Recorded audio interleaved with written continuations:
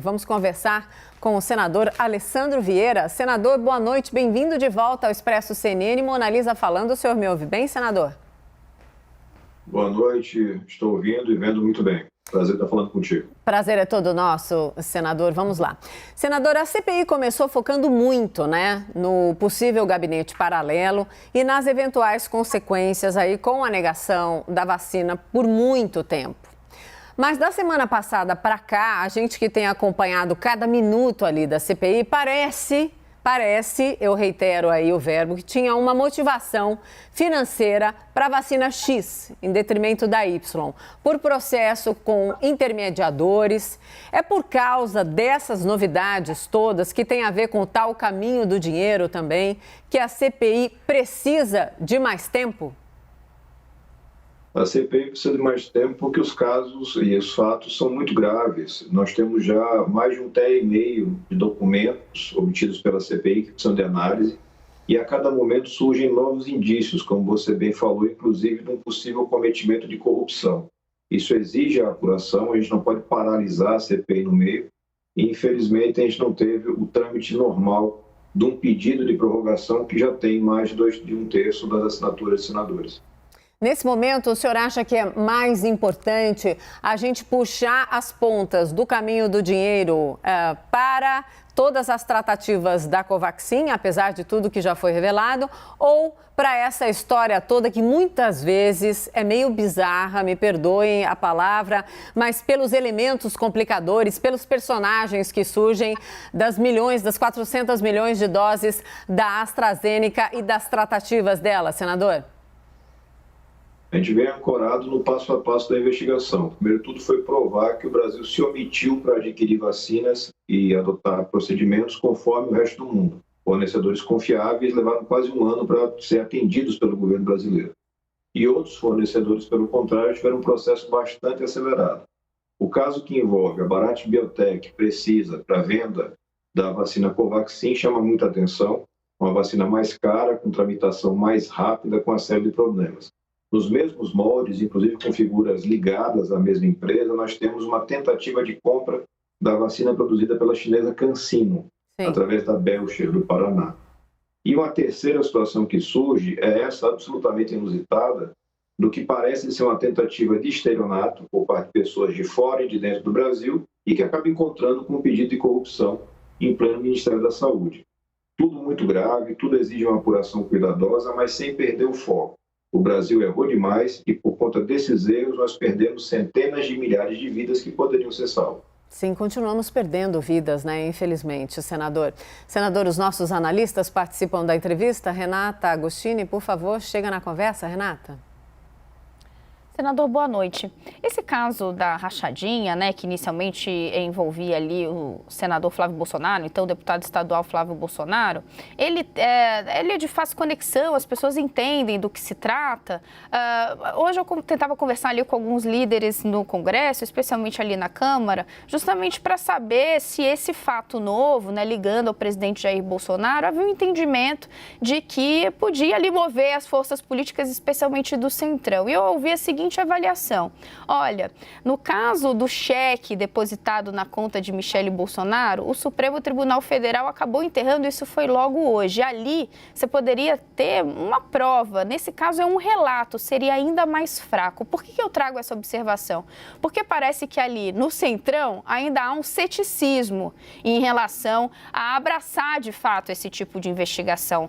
O senhor está sentindo esse mesmo tipo de resistência hoje no Congresso? É muito improvável você ter uma iniciativa do Centrão para apurar um caso de rachadinha. Rachadinha, como dizia de forma bem objetiva meu amigo Major Olímpio, falecido pela Covid, é coisa de ladrão. É coisa de gente que rouba dinheiro público, dinheiro que é pago em salário de servidores e que volta para o bolso do parlamentar, do político de plantão. É coisa muito séria. Os relatos que surgiram hoje, através da matéria feita pelo UOL, são muito importantes, são muito graves, e precisam ser investigados, apurados, para que você possa ter comprovação. Não é uma investigação de alta complexidade, eu posso dizer com a experiência, enfim, da minha profissão como delegado de polícia há quase 20 anos. É uma investigação que vai ter dados bancários de movimentação financeira, isso não é tão demorado, e alguns depoimentos. Mas muito rapidamente você vai poder saber se é verdade que o então deputado federal, Jair Bolsonaro, juntamente com seus filhos, também parlamentares, exercia uma espécie de holding da rachadinha. Precisa ser investigado. Mas o senhor acha que não misturar, né, na CPI da pandemia, né? O senhor tem que ser caminhos separados, né?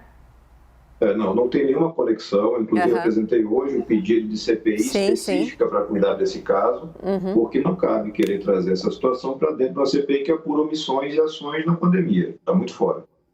Sim, a gente está repercutindo, inclusive, a manifestação do relator, o senador Renan Calheiros, e também o pedido que o senhor fez. Senador, vamos conversar mais, então, colocando todos os nossos analistas. Claro, Renata, se você quiser reiterar aí na pergunta, fica à vontade, mas já coloco também agora o Yuri Pita para conversar com o senador Alessandro Vieira. Yuri? Obrigado, Mona Lisa. Boa noite, senador. Obrigado por estar conosco. Queria ouvi-lo um pouco sobre o cenário geral, quer dizer, o Senado já com a CPI da pandemia, com bastante informação, como o senhor mesmo disse, 1,5 TB de dados para serem analisados e com um protagonismo bastante grande. E agora o senhor apresenta um outro pedido de CPI relacionado a esse caso das rachadinhas. O Senado está ocupando um espaço ali de fiscalização mais intensiva do governo federal e a Câmara está perdendo esse espaço. Como é que o senhor avalia esse cenário político em que o Senado está bastante intenso nessas ações de fiscalização e a Câmara acaba ficando em segundo plano nesse papel? Apurações desse tipo, Yuri, exigem uma independência elevada, uma condição, uma segurança para fazer esse trabalho de investigação e de apuração. Eu acredito que o Senado, pela expressão que tem, pelo tamanho que tem mais condições efetivamente para fazer esse tipo de apuração. A Câmara dos Deputados é mais permeável às pressões e aos contatos com o governo federal. Os senadores conseguem manter um distanciamento que, nesta hora, é muito oportuno. Sim. Molica, chega na conversa, Molica, por favor. Senador, boa noite. Eu queria, sobre essa sua proposta da CPI das rachadinhas.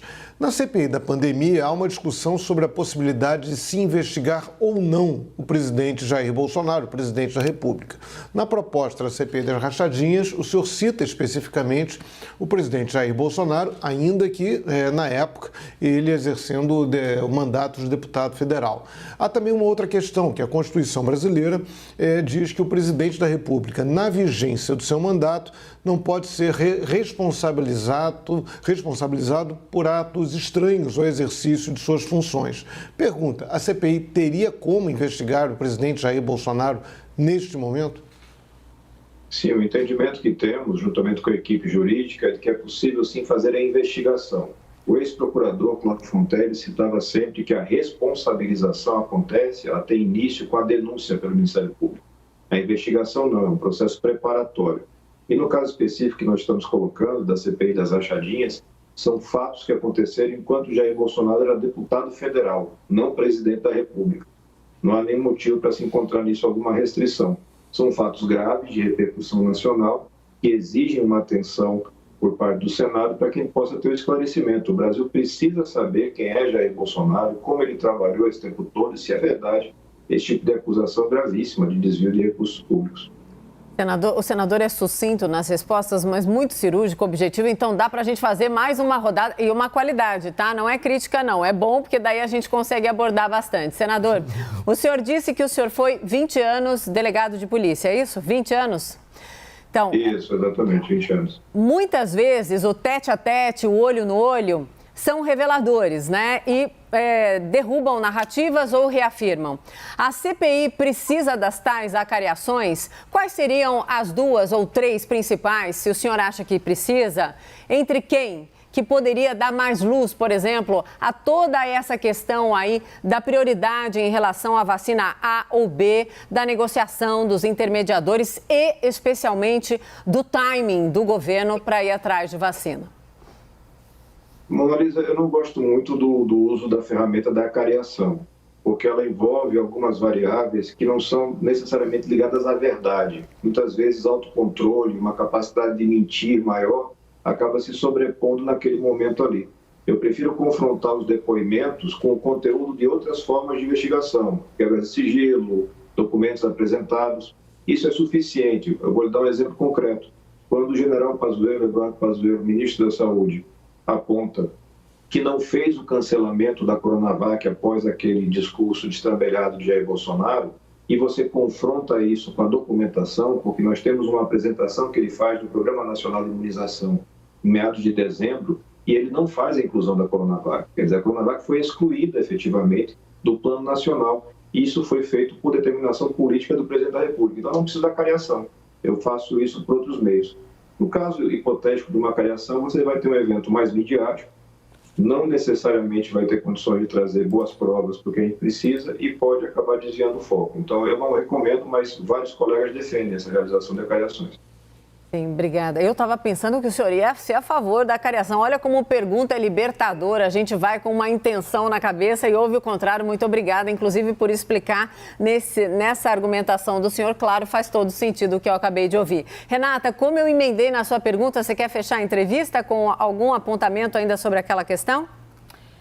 Quero uma avaliação mais ampla, Mona, se me permite, do senador, do momento político. Tem muita gente, especialmente da oposição, que olha o que está acontecendo agora com investigações de corrupção no Ministério da Saúde na pandemia, esse caso da rachadinha que volta, a crise na saúde, aumento da rejeição do presidente em pesquisas e vê esse como o pior momento do governo até agora. Esse é o entendimento do senhor e por quê? O governo enfrenta dificuldades políticas, né, mas mais importantes são as dificuldades administrativas do governo. Né? O governo até hoje não tem uma política de combate à pandemia. Se você pergunta ao atual ministro, Queiroga, e pede para ele elencar quais são as medidas, quais são as providências e qual foi a base técnica para fazer isso, ele é incapaz. O governo não tem. O governo não tem uma política de retomada econômica consistente. Nós não sabemos como é que vamos resgatar os empregos, como é que a gente vai recuperar essa massa de pessoas que passaram pela doença e estão em recuperação. Então, é uma catástrofe administrativa, gerencial. E, além disso, claro, a falta de recursos básicos para a pessoa se manter vai ter repercussões, no final das contas, políticas. Mas acho que isso talvez tenha um tempo para a recuperação do governo. O que não tem tempo para recuperar são as vidas perdidas, os empregos e a saúde dos brasileiros. Esse é o verdadeiro drama.